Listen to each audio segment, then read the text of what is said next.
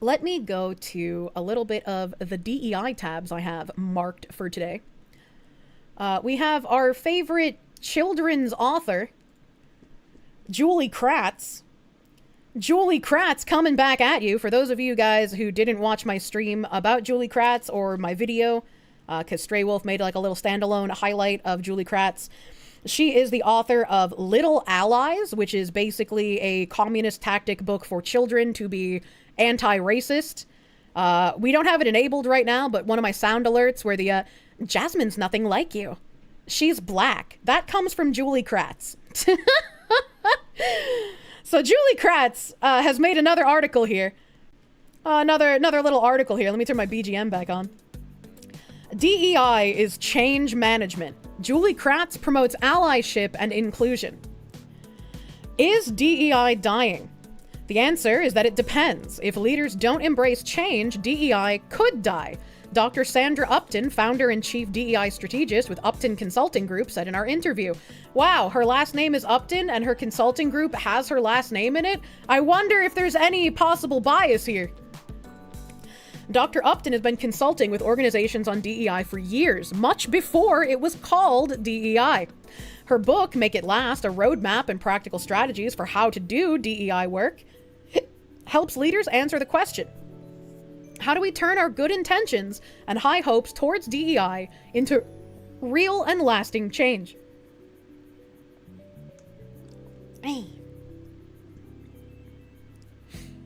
These pivotal times for DEI work where there is a perceived backlash might feel like change within change. Because DEI has always needed to be part of a bigger change management strategy, DEI is well positioned to manage this change within the change environment. Change management is necessary for organizational cultures to truly embrace the full diversity of their workforce, treat all people fairly, and sustain a culture of inclusion. These pivotal times for DEI work where there's perceived backlash might feel like change, 1, within change, 2, because DEI has always needed to be part of a bigger change, 3, management strategy. DEI is well positioned to manage this change, 4, within the change, 5, environment, change, 6. In 2 sentences, but 3 sentences. In 3 sentences, they use the word change 6 times. What the fuck am I reading? Change you can believe in. Baiba Ziga, founder and CEO of Impulsum, a workplace culture and leadership development consultancy, emphasizes the need for leaders to rethink their approach to change management. Oh, I see what they're doing. I see what they're doing. It's no longer going to be DEI sometimes. It's going to be change management. Okay. She asserts that change should no longer be seen as just another thing to plan for, but rather as the constant context in which businesses operate. Consequently, change leadership must become a core competency in every leader's skill set, essential for navigating today's workplace environments. Given the recent perceptions of DEI backlash, DEI practitioners have been pivoting and planning for changes to the DEI industry as a whole, including language shifts, strategy adjustments, and behavior and systems work. And this is something I've been calling out since quite literally January, if not earlier, when I found out about Sweet Baby in like October of last year. I've been talking about B.R.I.D.G.E since January, and it has been incredibly hard to get people to pay attention to it. For practitioners, DEI may feel like change management within change management. God, I fucking hate communists so much. Holy shit. Oh my god. Language shifts can't call us out if they don't know what we're talking about. Yeah, exactly. To manage this change within change conundrum, Dr. Upton suggests that DEI leaders consider these change management strategies in the current politically polarizing environment for DEI. 1, pivoting DEI language. 2, ensuring a data and outcome-driven approach to the strategy. 3, emphasizing the change in behaviors and systems to achieve inclusion. Pivoting DEI language may involve replacing misunderstood phrases and acronyms with clear, relatable terms that resonate with everyone. This shift promotes inclusivity by making DEI concepts more accessible and understandable, encouraging broader participation and engagement.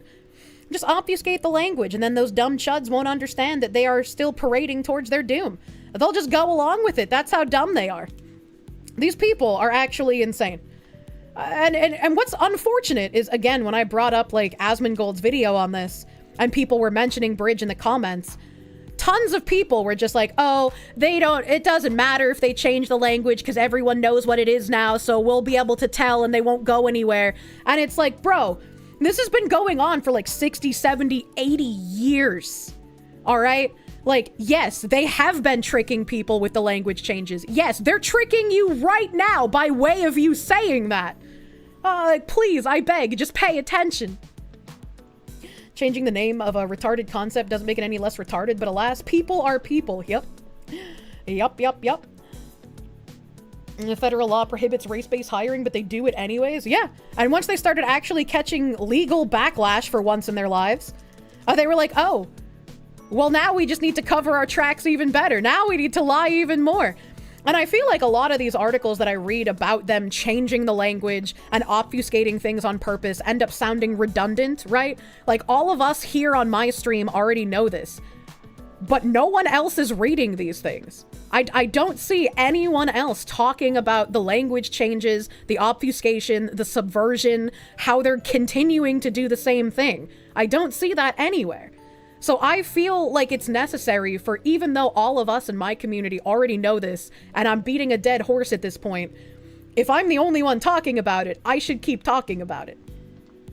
Yeah, it sounds important. While the words around DEI may shift, the work does not. Taking DEI out of a course title or strategic document does not change the course or document. It reduces the risk of putting an unnecessary DEI target on it. They are literally telling you what they are doing. Please stop declaring that we are winning or that we have won. Yes, there are some small victories like the NASDAQ, like with the American Airlines. We have made some strides, but when companies like Walmart or Jack Daniels or whatever the fuck change the language and tell you they're doubling down, stop saying it's a win. You are part of the problem if you're claiming that as a win. What's the over-under on St. Floyd mentions in this article?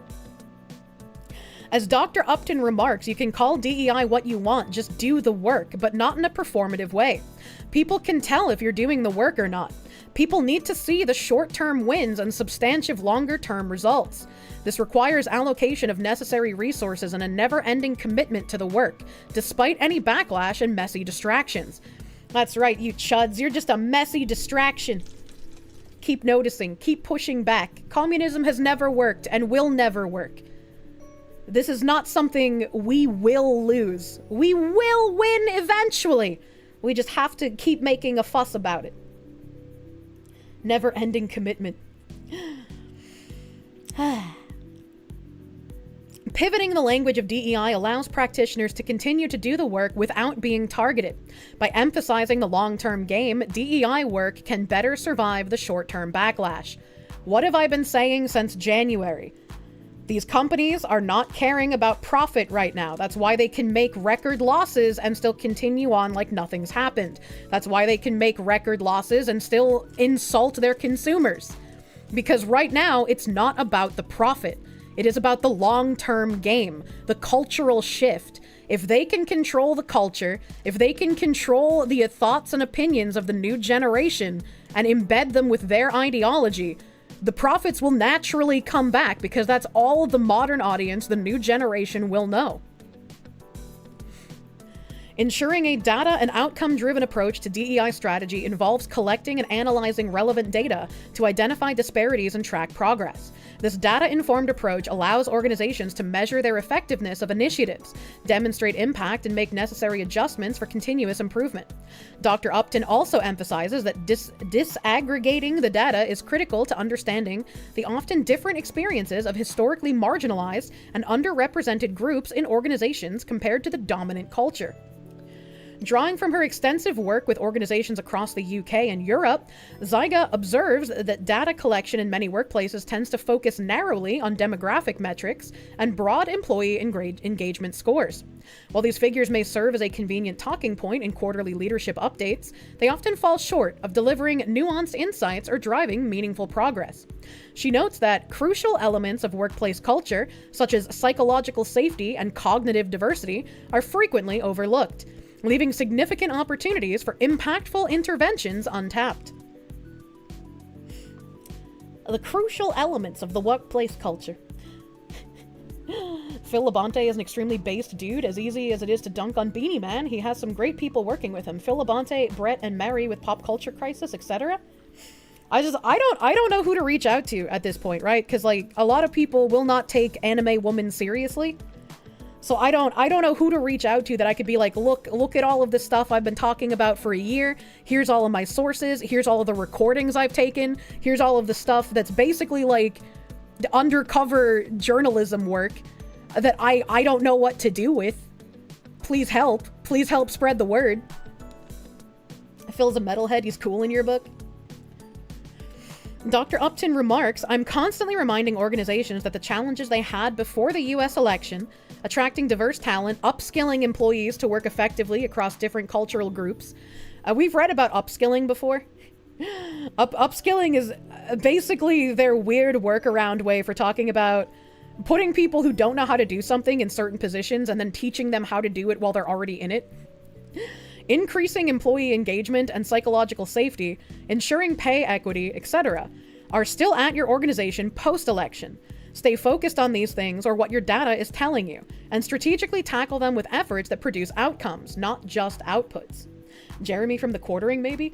The Quartering's actually one of the few people who has talked about B.R.I.G.E. He has actually talked about B.R.I.G.E. Deep sounding. Just like upper echelon, they'll take credit once B.R.I.G.E. has done its damage and reared its ugly head to the public. Yeah, that was an interesting debunking video I had to do. Never thought I would ever debunk an upper echelon video. That was a weird time. Disaggregating the data, lie and deny. Finding the right data and continuing to measure the data to track DEI work to outcomes is critical for long-term success. Emphasizing the change in behaviors and systems to achieve inclusion. Ah, yes. Now is the time to force behaviors. Thank you, Larry Fink. You now make a point of, that's an investment criteria for you. Well, behaviors are going to have to change, and this is one thing we're asking companies. You have to force behaviors, and at BlackRock, we are forcing behaviors. Emphasizing changes in behaviors and systems is crucial for achieving true inclusion. Oh yes, comrade. True inclusion has not yet been tried. And moving beyond surface-level pronouncements, Dr. Upton notes this requires those leading the work to see themselves as change agents and understanding the core principles of change management. Chat, I feel like the more that I read commie gobbledygook, the more brain damage I take. Soon I am literally just going to be a Kirsche.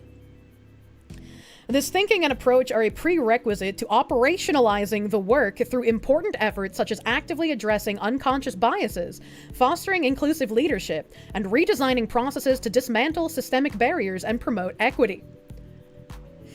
This is a prerequisite to operationalizing the work.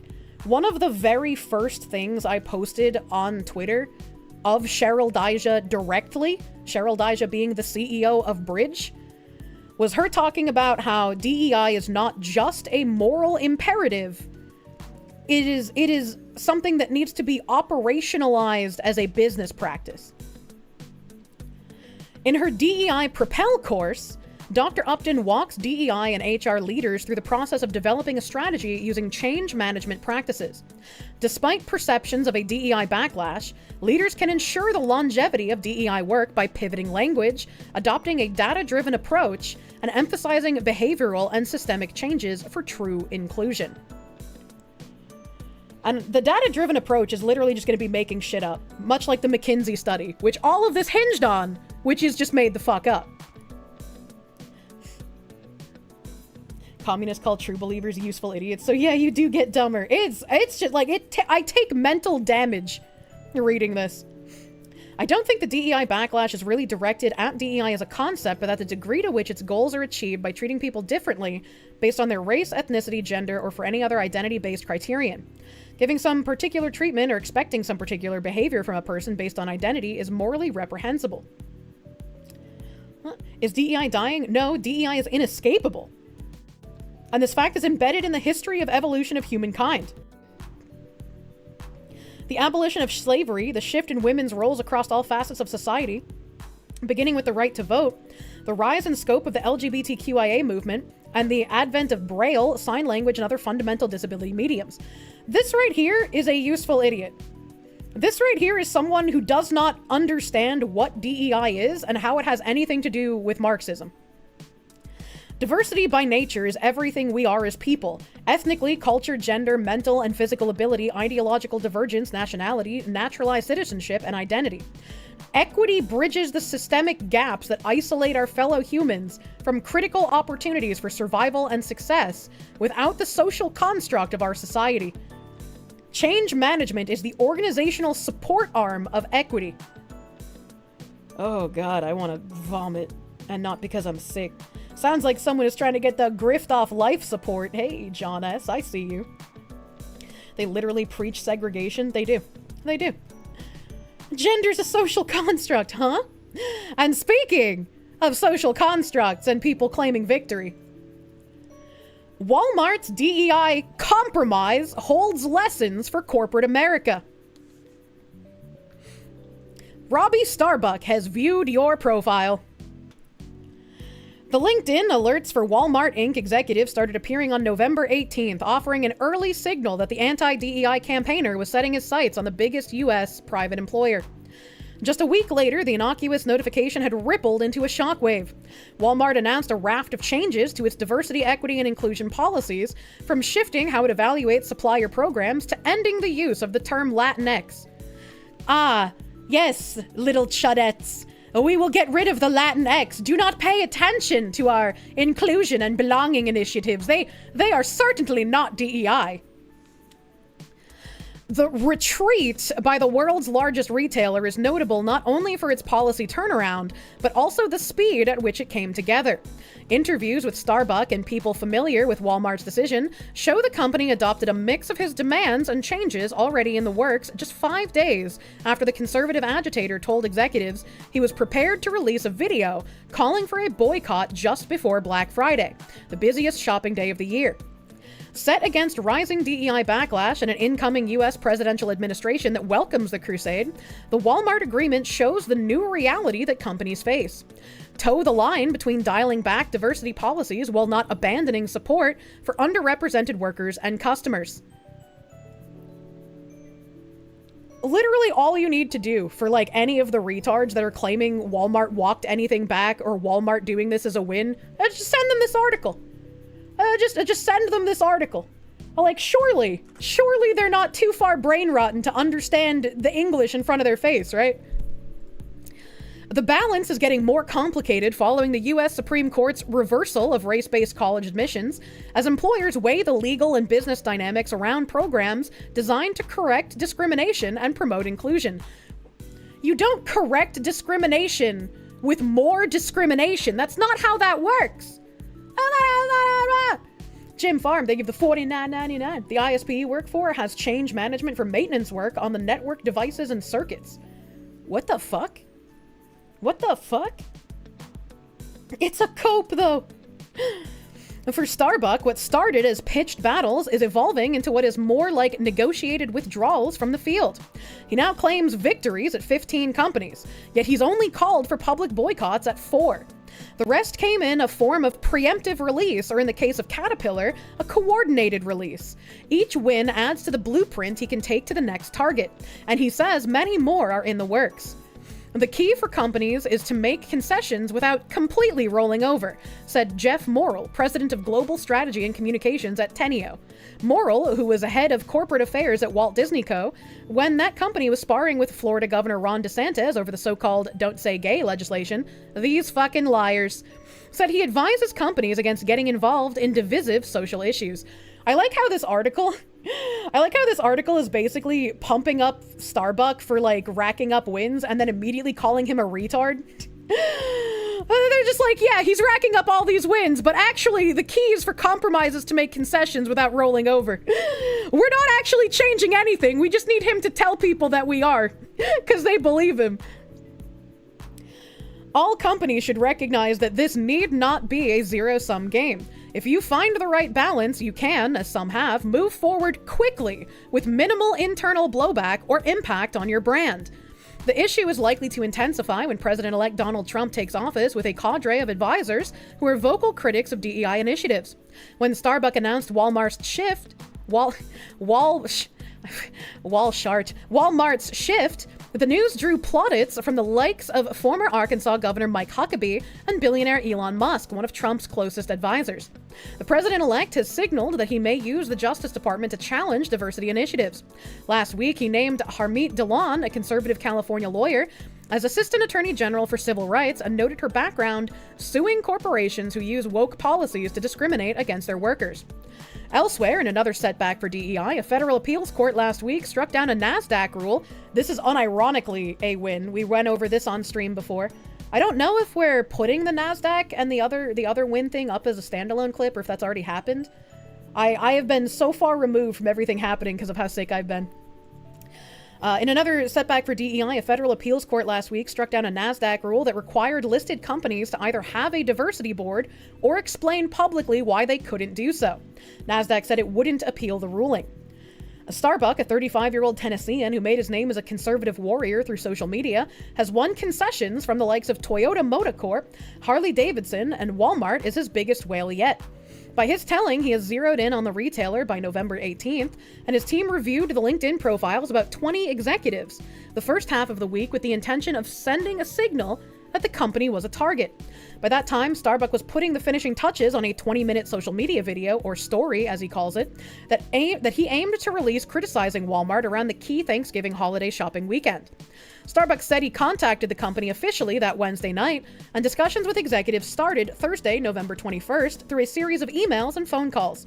He and Walmart executives went through various changes, going back and forth on issues. He should release that video anyways, because Walmart has done nothing. Well, luckily your workplace isn't giving you belonging re-education, but it's construction work. Too busy actually working. True. I felt that there was a very early interest in making a change, he said. I knew it would be a change story by Thursday. Within Walmart, senior leaders weren't surprised about Starbucks' approach following the activist public campaigns this year, said a person close to the matter. Executives began conversations with the goal of understanding areas he was interested in. By the end of that Thursday, there was a sense at the retailer that an agreement could be reached.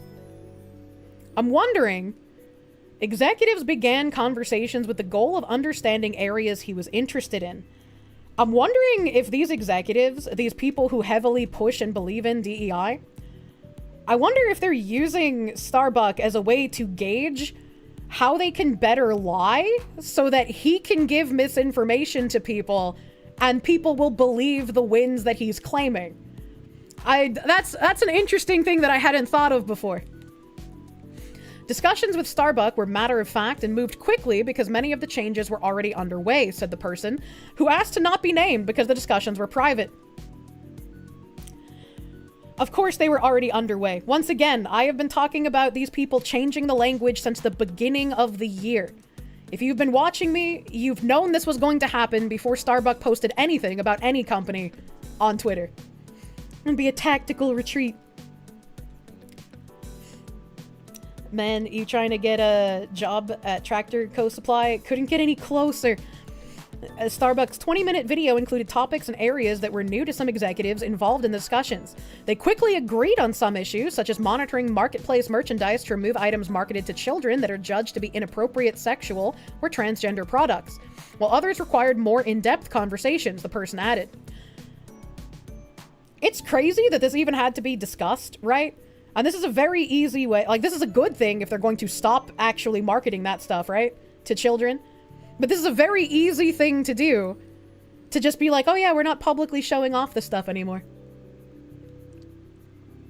Hey.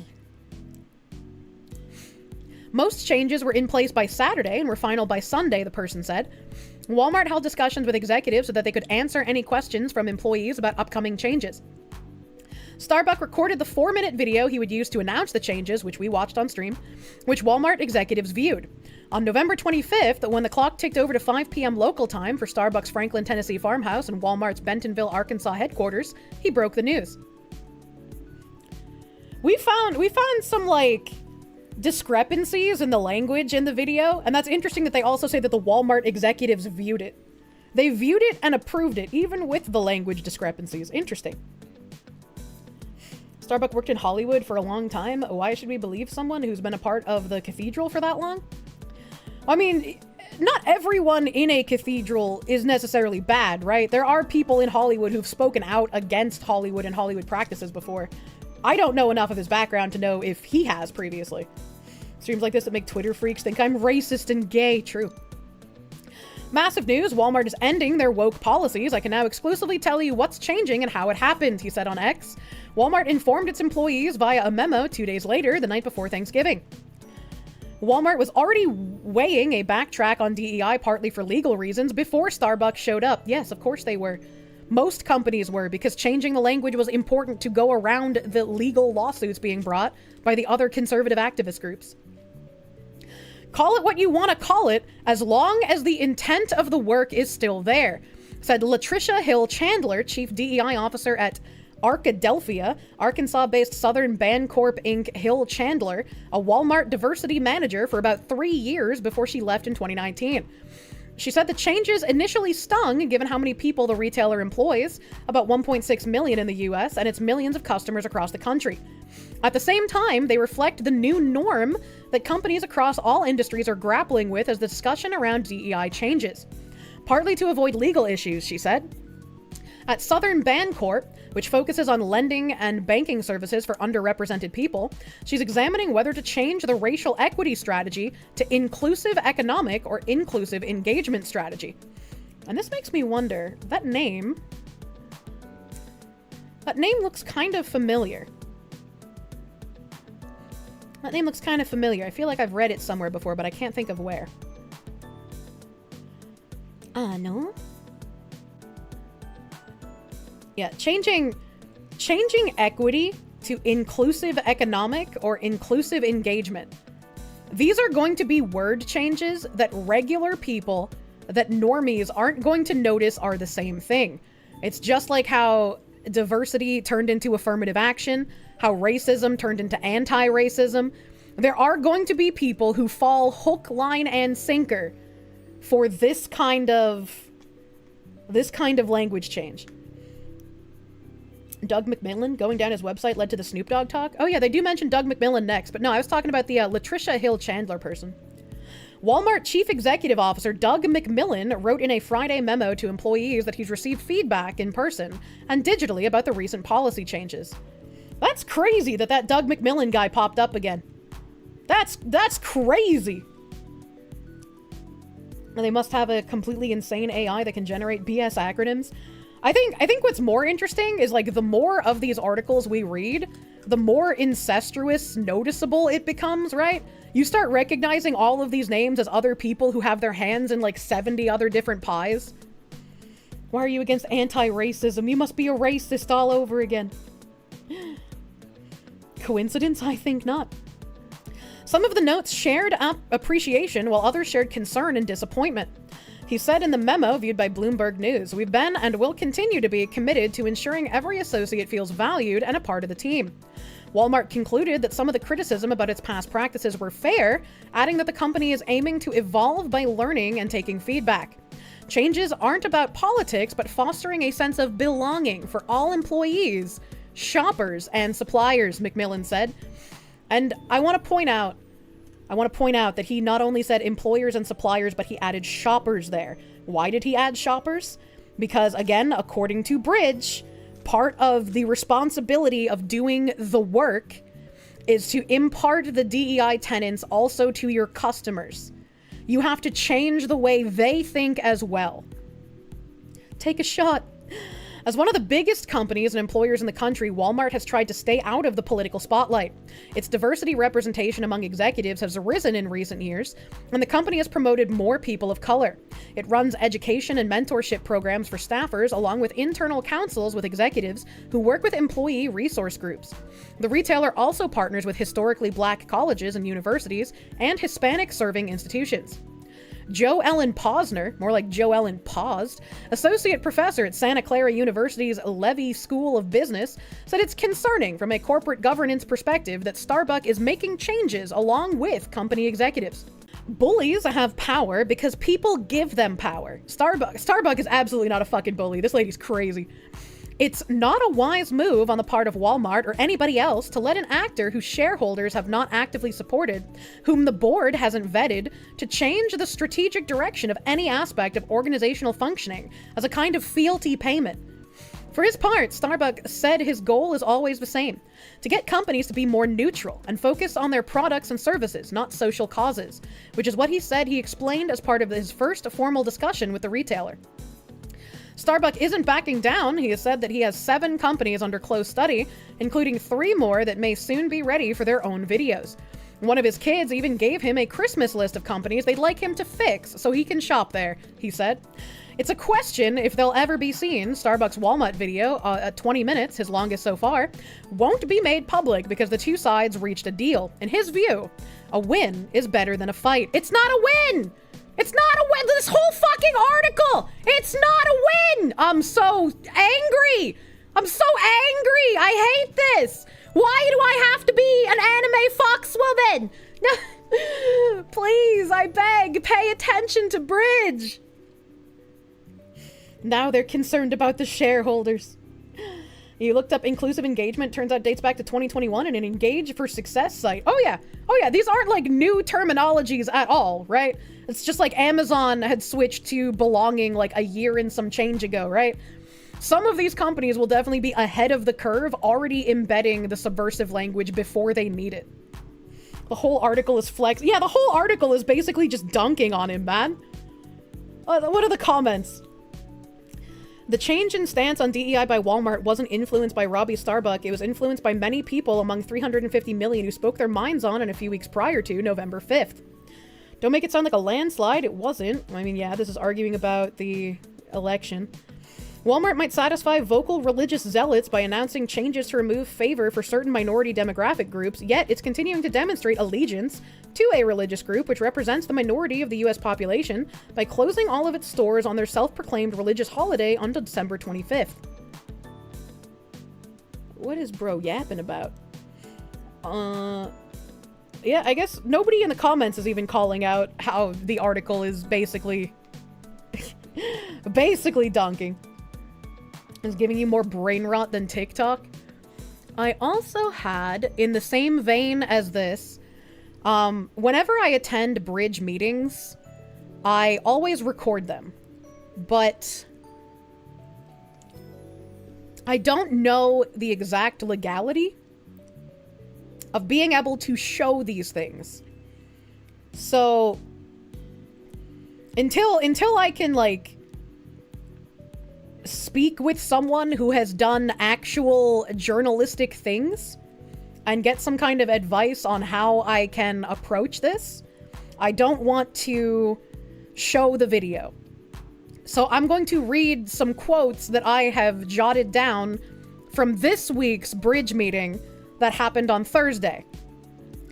And hopefully I can show off the video soon, TM, because I think this has been the most concerning bridge meeting thus far. And it makes me really want to try even harder than I have been to get this out somewhere. Like, I don't know where to go. I don't know what journalists to talk to. I don't know what YouTubers I could maybe talk to. I don't know, because everyone just ignores Anime Woman. So I'm kind of at a loss. But I wanted to read some quotes from this week's bridge meeting. And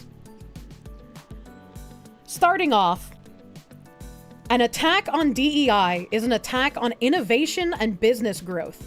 Project Forward is B.R.I.G.E's cross-industry initiative to collectively chart our path forward. DEI is not about politics, it is about business potential. We must untangle DEI from politics. We believe, as the industry trade group for DEI, that it is our role to lead from the front. This is B.R.I.D.G.E speaking. It is our role to lead from the front and to ensure that we are continuing this work. The work has become even more important now than it ever has been. In fact, I will say that we've had more companies join B.R.I.G.E in the last couple of weeks than we've had all year. We are definitely seeing a continued commitment from many companies. Some companies are going quiet with their commitment. Other companies are maybe reframing things. For the number of companies that are being spoken about or reported on in the media, there are a lot of companies that are continuing to move forward, and in some cases, double down. We have to hold the media more accountable in how they are reporting these stories on the changes in DEI. And I thought that specific part was very interesting, because every time I read these articles and they repeat the parroting of Robbie Starbuck, "We're winning," I think the exact same thing. We're not winning. They're telling you what they're doing. They're telling you about the language changes. And now even B.R.I.D.G.E is calling out the media, saying, look, they're making people panic for no reason. They need to change the way they're reporting on this. Do we keep the acronym DEI? I do feel it's important that we continue to use some kind of terminology to carve out that space. Another part of me thinks as long as we're doing the work, does it matter what we call it? This could be a controversial take, but I want to make sure that we are still doing the work. And if we don't name it something, how can we keep accountability? And then somebody else cut in and started talking here, because B.R.I.D.G.E opened up the floor to the other people. And again, these B.R.I.G.E meetings are all industry insiders. They are all people from large companies, whether they be a marketing director, a CEO, a CFO, a DEI officer. These are all embedded industry corporate people. So this person said, "We kind of identify our DEI practices through the lens of accessibility and inclusion, as well as culture. So we're a public aquarium. And because we have to work with the public, we have to be accessible and welcoming to everyone. I'm able to be more successful in my role when I focus on accessibility first and inclusion second. When it comes to the acronym, I rarely refer to DEIA. I rarely refer to it. I always lead with inclusion and lead with accessibility, and I tie that back to our values as an aquarium and an institution. In the beginning of my role, my title was Manager of DEI, or D&I, and I immediately changed it to put inclusion first. I still struggle in my organization with the equity piece, but I usually don't refer to it. I usually call it out when we don't see it, but I don't have a lot of stated goals around equity at this point, because that has been a little bit of a challenge. When I lead with accessibility and inclusion and culture and all of those things, the diversity that comes with those things, I rarely lead with diversity. I'm challenged a little bit on the equity piece, but I've found that I'm able to communicate and get support and buy-in when I talk about inclusion and accessibility instead. Literally telling you how they are subverting people. Could not get more honest than that. And just a small quote here that said, "There's nobody that knows culture better than the culture itself." I thought that was a funny quote. And then one more quote I wanted to read was, B.R.I.D.G.E asked everyone in the group, "How do you define equity?" And one of the industry people responded and said, "We look at it from my perspective. Internally, I look at it as more fairness in our policies. I refer to equity from a policy perspective, with our employees, the way that we are promoting, the way that we are acknowledging certain employees, the way that some are given opportunities over others. So I look at it from that perspective, and we do a lot of training on bias.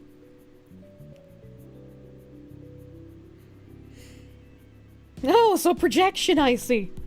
Yeah, so this week's bridge meeting, and there's way more than like just these that I transcribed, but like this week's meeting genuinely wanted me to kick my ass into gear, and just like I don't know who to talk to, but I need to find some sort of journalistic person that will take anime woman seriously. You figured out how to call Kirsche a journalist? She needs one hand holding a mic and an earpiece. Go undercover like Matt Walsh did? I mean, that's basically what I'm doing. That's basically what I'm doing here by being in their meetings. I would love to go to their retreat in May, but I don't know how to, like, do that in person, right? Like, I've never done that. I would be worried. Would James O'Keefe listen to you? I'm pretty sure I sent him a DM. I'm pretty sure. I sent one of the James a DM. I've tried DMing tons of people about this. Coof mask. I have coof masks that I can bring for safety at the retreat. Equity is more weirdo wordplay. Yeah. James is too busy making cringe music videos. What? What? Most states are one-party consent for recording. Yeah, but also when you have public meetings, sometimes there's no, like, expectation of privacy. So, like, again, I would have to talk to somebody who's done journalistic work before so I could understand the nuances of the legalities here. Because I don't know them, because I am not a journalist. Send Nim. Can we make a realistic AI avatar to fool the anti-anime racists? I don't know if Nim could do undercover work. I don't know if Nim's built for that, man.